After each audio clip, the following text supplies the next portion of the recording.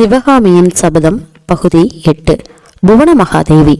மாமல்லர் தந்தையின் சொற்படி அரண்மனை நிலா முற்றத்தை கடந்து சென்று உள்வாசலை நெருங்கியதும் குதிரை மீதிருந்து இறங்கினார். அங்கே சித்தமாய் காத்திருந்த பணியாட்கள் குதிரையை பிடித்து அப்பாலை கொண்டு போய் சென்றார்கள்.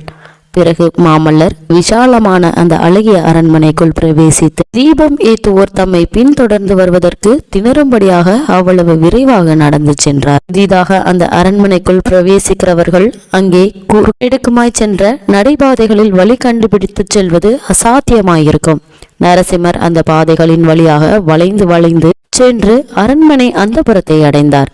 அங்கே சிற்ப வேலைகளினால் சிறப்படைந்த ஒரு வாசலை அவர் அணுகியதும், குழந்தாய் வந்தாயா என்று உள்ளே இருந்த ஒரு குரல் கேட்டது.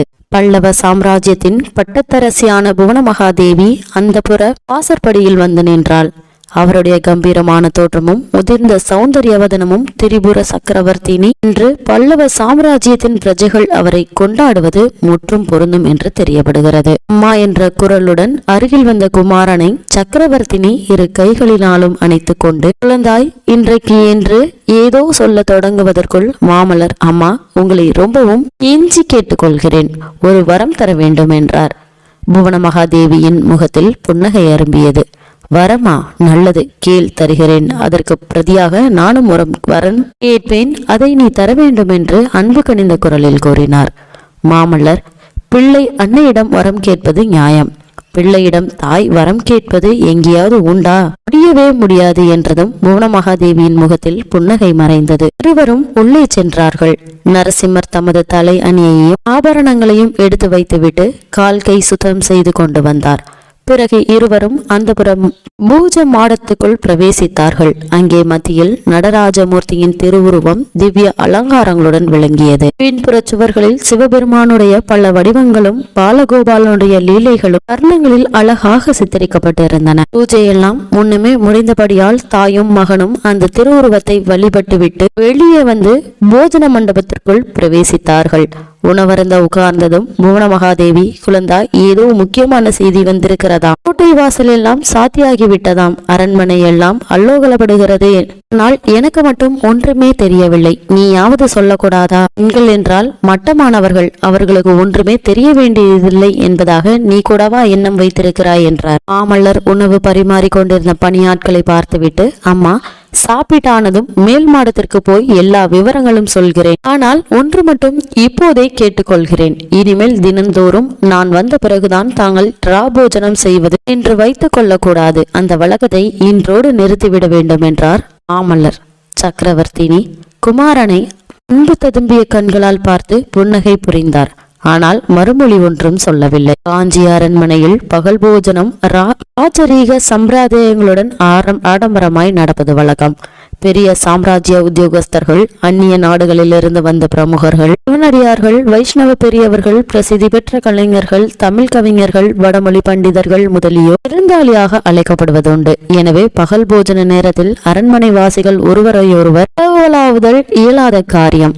மற்றும் பகல் நேரமெல்லாம் சக்கரவர்த்தியும் குமாரரும் ராஜரீக காரியங்களில் ஈடுபட்டிருப்பார்கள். எனவே தாயும் பிள்ளையும் சந்திப்பதற்கு ராபோஜன நேரத்தை சக்கரவர்த்தி திட்டம் செய்திருந்தார். அதற்கு பிறகு அரண்மனை மேல் உட்பருகையில் நிலாமாடத்தில் அவர்கள் 3 பேரும் சந்தித்து பேசுவது வழக்கமாயிருந்தது. இன்றைக்கு சாப்பாடு ஆனதும் தாயும் புதல்வனும் மேல் உட்பருகைக்கு சென்று நிலாமாடத்தில் அமர்ந்திருந்தார்கள். பால் நிலவில் மூழ்கி இருந்த காஞ்சி நகரமானது அன்றிரவு என்றுமில்லாத அமைதி பெற்று விளங்கிற்று. நரசிம்மவர்மருடைய மனம் அந்நகரின் கீழ்கோட்டை வாசலுக்கு சென்றது.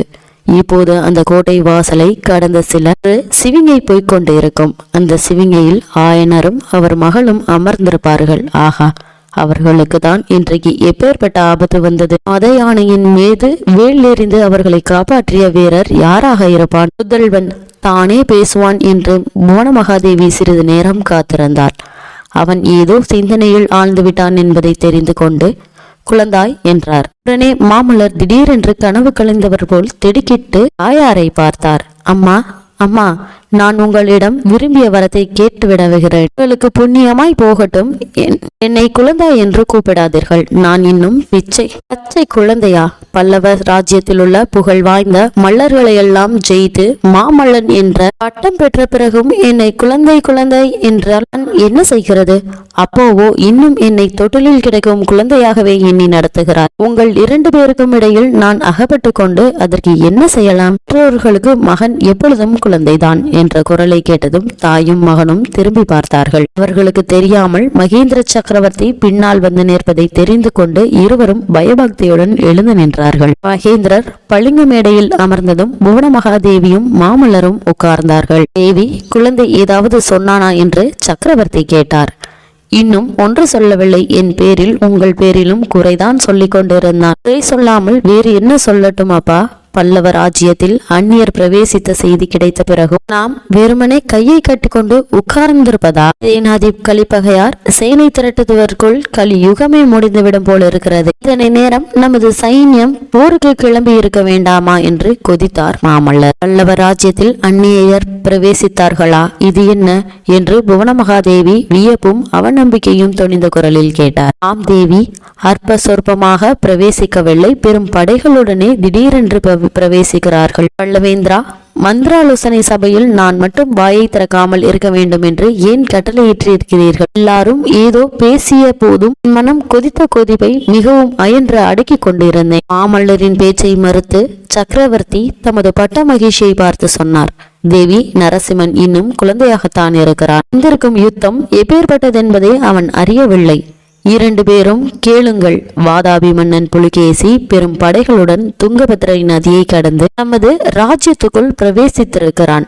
அவனுடைய சைன்யத்தில் லட்சக்கணக்கான வீரர்கள் இருக்கிறார்களா? ஆயிரக்கணக்கில் யானைகள் இருக்கின்றனவாம். பெரிய காளைகள் பூட்டிய 100கணக்கான வண்டிகள் தொடர்ந்து வந்து கொண்டிருக்கின்றனவாம். வெகு காலமாகவே புலிகேசி இந்த யுத்த ஏற்பாடுகளை செய்து வந்திருக்கிறான். நமது ஒற்றர்கள் எப்படியோ ஏமாந்து போயிருக்கிறார்கள். அது எல்லை காவல் படைகளை புலிகேசியின் ராட்சத சைன்யம் வெகு சீக்கிரத்தில் முறியடித்துவிட்டு அதிவேகமாக முன்னேறி வருகிறதாம்.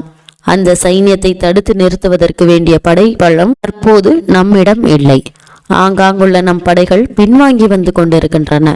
பல்லவ ராஜ்யத்திற்கு வந்திருக்கும் அபாயம் மிக பெரியது. ஆனாலும் நெற்றிக்கண்ணை திறந்து திரிபுரத்தை எரித்த நாகவாணியின் அருளினால் முடிவில் நமக்குதான் வெற்றி கிடைக்கப் போகிறது. அதை பற்றி சந்தேகம் வேண்டியதில்லை. தந்தை பேசி முடிக்கும் வரையில் பொறுமையுடன் கேட்டுக்கொண்டிருந்த நரசிம்மர், அப்பா, பல்லவ சைன்யம் பின்வாங்கி வருகிறதா? இது என்ன அவமானம்? இப்போது எனக்கு அனுமதி கொடுங்கள். அப்பா, நம்மிடம் தற்சமயம் ஆயத்தமாயிருக்கும் படைகளை அழைத்து கொண்டு புறப்படுகிறேன் என்றார். பொறு நரசிம்மா, பொறு. பல்லவ சைன்யத்தை நீ நடத்தி செல்லும்படியான காலம் வரும். அது வரையில் பொறுமையுடன் நான் சொல்வதை கேட்டு நட. இன்றிரவு ஒரு முக்கியமான வேலை இருக்கிறது. என்னுடன் வருகிறாயா? கேட்க வேண்டுமா? வருகிறேனப்பா. தேவி, நரசிம்மனை இன்று முதல் நான் குழந்தையாக நடத்தப் போவதில்லை. சாகவாகவே அதாவது தோழனாகவே நடத்த போகிறேன்.